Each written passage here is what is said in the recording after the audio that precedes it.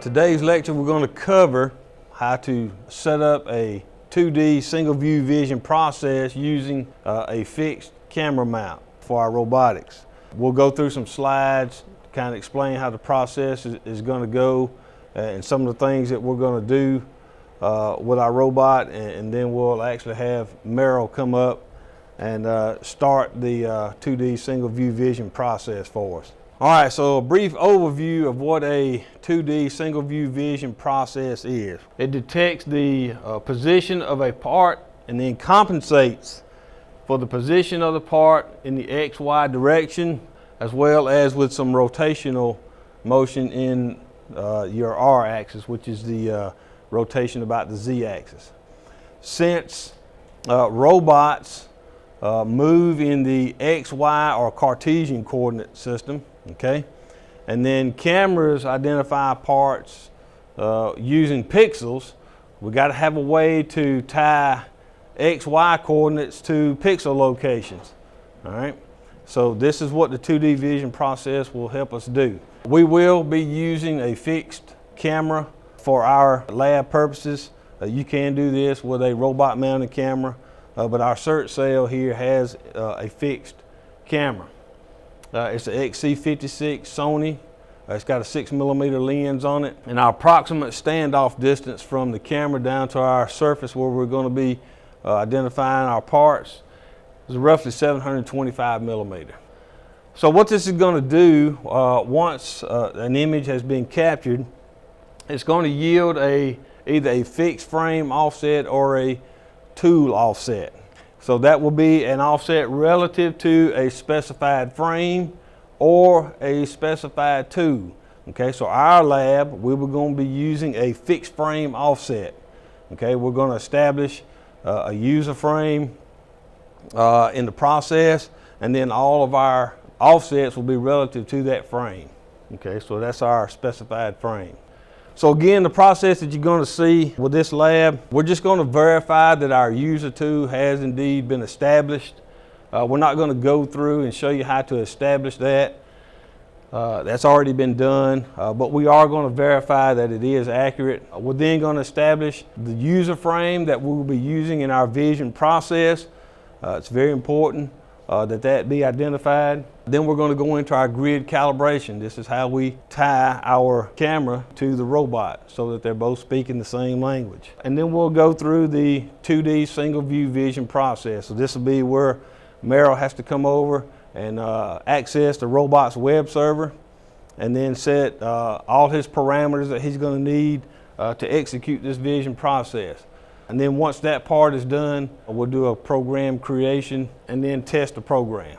The one thing I do want to mention, whenever you're using vision systems in robotics, one of the key elements in your vision process is lighting. Our conditions here in the classroom, we're just going to be using ambient room light. Typically in an industrial setting or manufacturing setting, you would use dedicated illumination, specifically LED lights if you got them.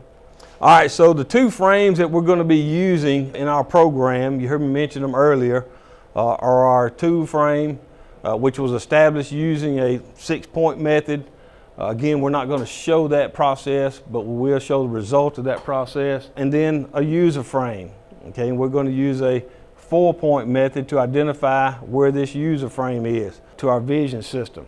I'll probably refer back to this slide as we go through the process because there's some critical information that needs to be expressed when we do this process. And notice I've got it highlighted in red over here. Once we put our calibration grid in position to set up our user frame on and then do our grid calibration, cannot be moved. If it gets moved, then you got to start all over. The other thing is when you use these calibration grids to help calibrate the camera to the robot, you want your grid to be at or near whatever height your part is that you're going to be looking at. We actually have our grid, it's on a backer board that's about 12mm in thickness. It just so happens that a part that we're going to be using is 12mm in thickness as well. So we should be good to go there. So again, all of these things we're going to do step by step. So once we have our user frame set, then we can go into grid calibration. This is where we actually tie the the robot's XY coordinates that it uses to move around the work cell to the camera's pixel locations, okay?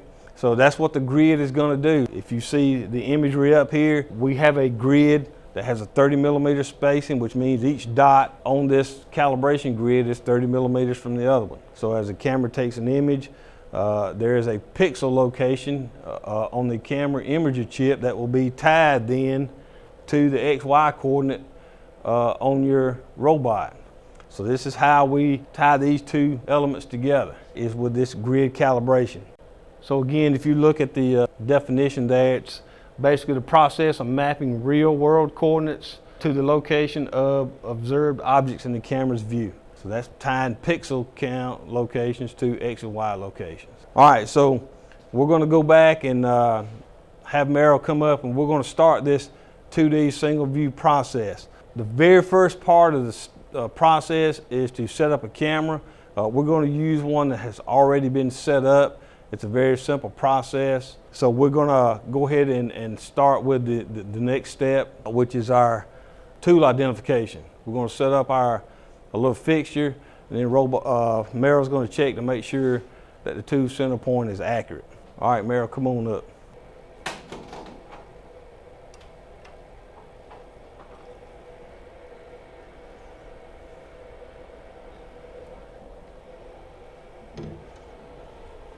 All right, so what Meryl's doing here is we're going to verify, again, where the tip of this little yellow pointer that we have in the gripper is. So this will be the tool that we use to establish our user frame that the robot will use during the vision process. So if it's accurate, he'll bring these 2 points together, the point on the obelisk and the point on the pointer, and jogging about his J4, his J5, and J6 axes, it should rotate about the obelisk and maintain its position. All right, so we can see now as we're having our rotation that the pointer that's being held by the gripper, all right, come back this way, is maintaining its position. It's not moving off the pointer of the obelisk. All right, from right here, let's put some J5 in it. So you can tell that our pointer is still maintaining its position. Okay. All right, from this position, let's put some J6, rotate about the J6. All right, so that looks good. Typically out in an industrial setting, you would have much more precision tooling to do this with.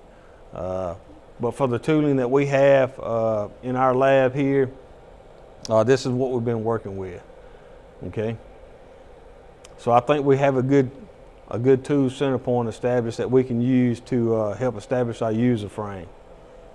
The next thing we're going to do is get ready to establish this user frame that we're going to use in our vision process. A frame is basically just where 3 axes come together, X, Y, and Z, that creates an origin point. So what we're identifying what our user frame is going to be is kind of you telling the robot where you're going to work. All right? We have a pretty big cell. It could go anywhere, but we're going to kind of isolate where this work is going to be occurring at. This is the calibration grid that we're going to be using for our lab assignment. This is a 30 millimeter grid spacing. So you can see we've got lots of dots on here, and this is what the camera sees. Notice we have a lot of contrast, okay? We have dark colored dots on a light colored background. Makes it real easy for the camera to see, okay? So the more contrast that we can create, the better our chances of improving our vision process. So we'll set this up, and once we have it set in place, we'll try not to move it till our grid calibration portion is over with. All right, he's going to set this up, turn the camera on with his laptop over there. He's already accessed the web server for the robot. So he'll turn the camera on, and then when he has his camera on, he can position this calibration grid where he wants it. Once that's done, then we'll move into our user frame setup for our calibration grid. All right, so now we can position our grid, and we'll put this row right on our crosshairs. All right. Oh, come down just a little bit. All right, to your up just a hair, and to your left just a little bit. All right, so we have our user frame number that we're going to use. Now we're going to be using orthogonal projection, right? Because our part is flat. We don't have any Z height, part Z height, so we're going to be using orthogonal projection. All right, so let's look at, go ahead and locate it there. All right, so let's look at our data.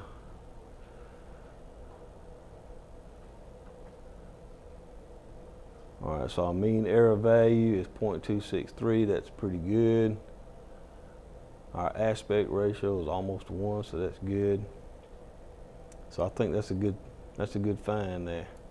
All right, so what Merrill's going to do now is we've kind of trained in this grid, and he's identified what frame number that we're going to put on this calibration grid. Okay, this frame number is the one that you'll see in the Vision program when he goes to execute it. Okay, so we have to identify the correct tool number as well as the correct frame number. So you can see from the PowerPoint on the board there, we're going to identify 4 points on this grid. We're going to identify an origin point, an X positive direction, a Y positive direction, and then a system origin point. So once these points are then defined, then our user frame will be established to this grid here. So typically when you're doing this out in the field, depending on how much experience you got, this is a relatively slow process. You're trying to get as accurately positioned as you can to identify where these points are. The more accurate you can make it, the more success your vision process will have. Okay, so he has identified his origin point, or the origin for this frame. Now he will move the robot to identify the X positive direction of our frame. So he's now defined his X positive direction. So now he'll go in and define his Y positive direction, and then a system origin point. Once this calibration grid is in place and you start using it for finding your user frame as well as your grid calibration, don't move it. And it has to be at part height or pretty near to it. All right, so we've accomplished the first couple of items on our process steps. We verified our user tool that was accurate setup, and we've just established the user frame that we're going to be using in our vision process. And the next thing we're going to do is calibrate our camera to our grid here, and this will then tie the user frame that we just set up, camera and robot. All right, so we've gone in and verified our grid calibration. The key elements that we set up in the grid calibration here using a web server was identify which frame we were going to be using. I'll go back to that setup page. That we're going to be using our vision process, and then which projection type that we're going to be doing. We're not going to be doing a perspective, we're going to be doing orthogonal, which means it's a flat surface, okay? The next part, which is going to be our 2D single view vision process, this will be a lot of web server interaction over here on the laptop. But now that we have used our calibration grid for both our user frame setup and our grid calibration, and we have saved that information, we can move it now. We're going to try to locate this part right here in our 2D vision process. And we're going to train the camera to look for this part. And we're going to do that by using a locator tool. It's called geometric pattern match. All right, it's basically going to create an edge along all the outside perimeters. Any detail that the camera can see, it'll put an edge on it, so that the operator can identify where we want to have the robot sort of pick this part up, okay? We'll have this in our field of view, and we'll kind of do it the same way. We'll position our part in the field of view, and then we'll come over here to the computer and start filling out some of these parameters that will help us identify what this part is.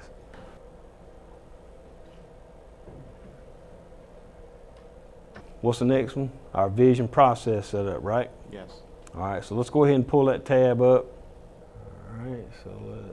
All right, so we'll pick our camera that we've already established right there.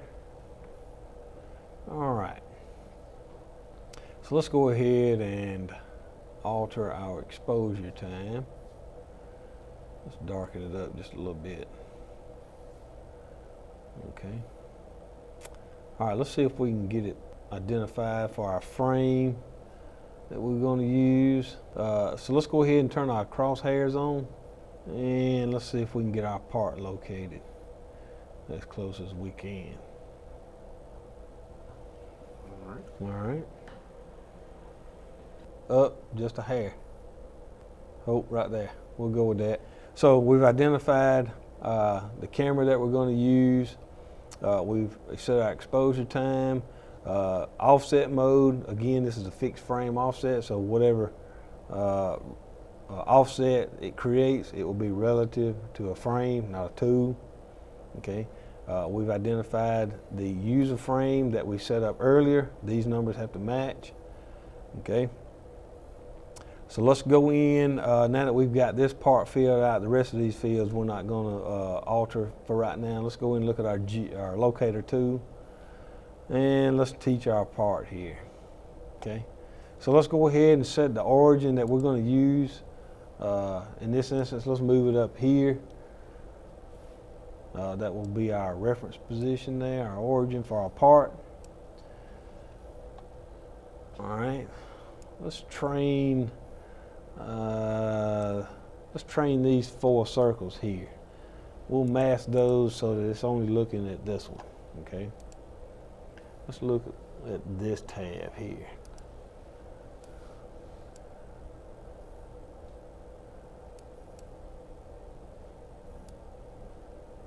All right, so to make the, if you need to make it smaller, you click on that, then there you go. Now grab the center one and move it around. Okay.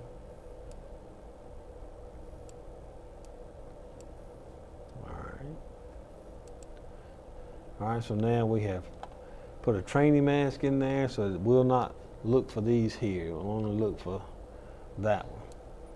So let's make that an emphasis area. We'll put an emphasis area around that circle right there.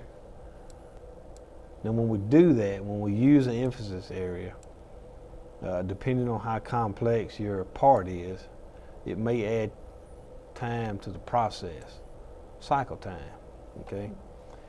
So let's go ahead and do a snap and find. Okay, so you can see we did a snap and find and we got a score of 100. That's a good number. Okay, so any number up in the high 90s with 100, those are excellent scores. All right, so let's cursor down and look at the rest of our tabs. I don't think we'll alter those. These are default settings. We're going to go with those for right now. Your contrast threshold, your score threshold. We'll leave that at the default settings for right now. All right, let's go back to our 2D single view process. All right, let's cursor all the way down. Now, hold on.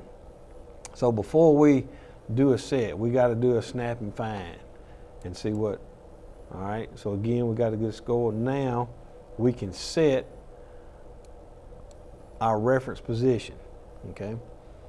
So once we have done this part and we've set our reference position, you can't move the part. So as you're navigating your robot around your part to teach it points and positions, you can't hit the part or move the part. If you move the part, you got to go back through this process again, because now your reference position is no longer valid. Does that make sense? Yes. Okay. All right, so we have all of our information set correctly. Everything is turned green, which means it's been trained. It's got the information that it needs. So before we go to the next step, we're going to save this process. Now that we have those elements identified, we are going to step through this program and see if in fact our robot will move to the location that we identified in our vision process setup. All right, so step through it.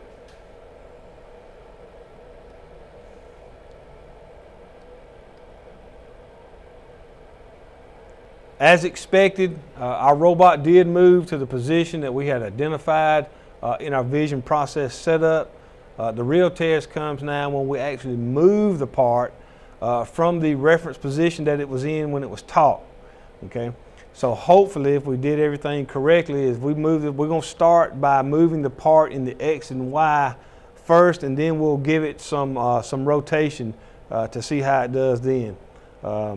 So now we'll move it from its reference position and see if the offset is then registered, and the robot will read the offset and move to the new location. Okay. All right, Meryl, so just move it in X and Y some distance from where it is now.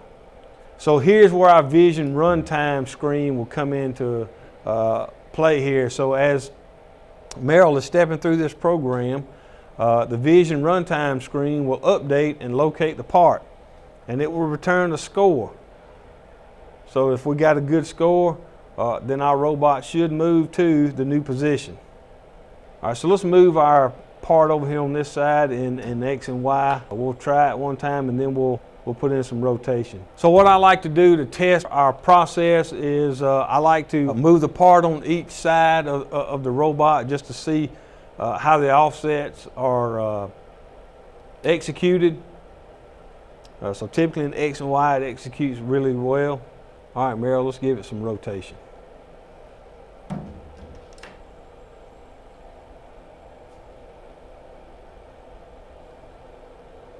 So not only have we now moved our part in the X-axis and the Y-axis, now we have rotated this part about the Z-axis, okay, which is our roll, our R value. So now you will see as the robot moves into position that now our gripper will turn in relation to how it was when it was taught. And so we're moving into position as expected. All right. So let's move it on the other side and do it one more time, and we'll run it one time in the automatic mode. How about that? All right. Let's make sure that we are in our reach of our robot. All right. Very good. So even though in this application our camera's field of view is so much larger than our robot's reach, so we have to be cautious about where we place our part inside the field of view. All right, so we got some rotation in, and our robot moved to our pick point. Okay.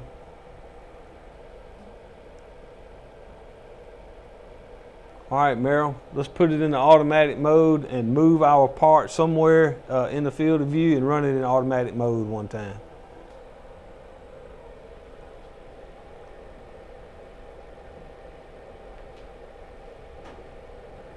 Very good. Good job, Meryl. So let's hang our teach pennant up. Go back to your seat. Good job. All right, so those are some of the steps that we use to establish a 2D single view vision process. Again, key elements, remembering using correct user tool, user frame. Also want to remember that when you establish your or put your calibration grid inside your work cell, before you establish your user frame and do the grid calibration, that it not be moved once it's in place.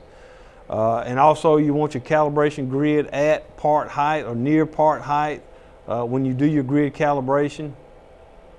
And you also want to make sure that when you create your teach pennant program that you do call up the user tool that you defined and the user frame that you defined in your vision process.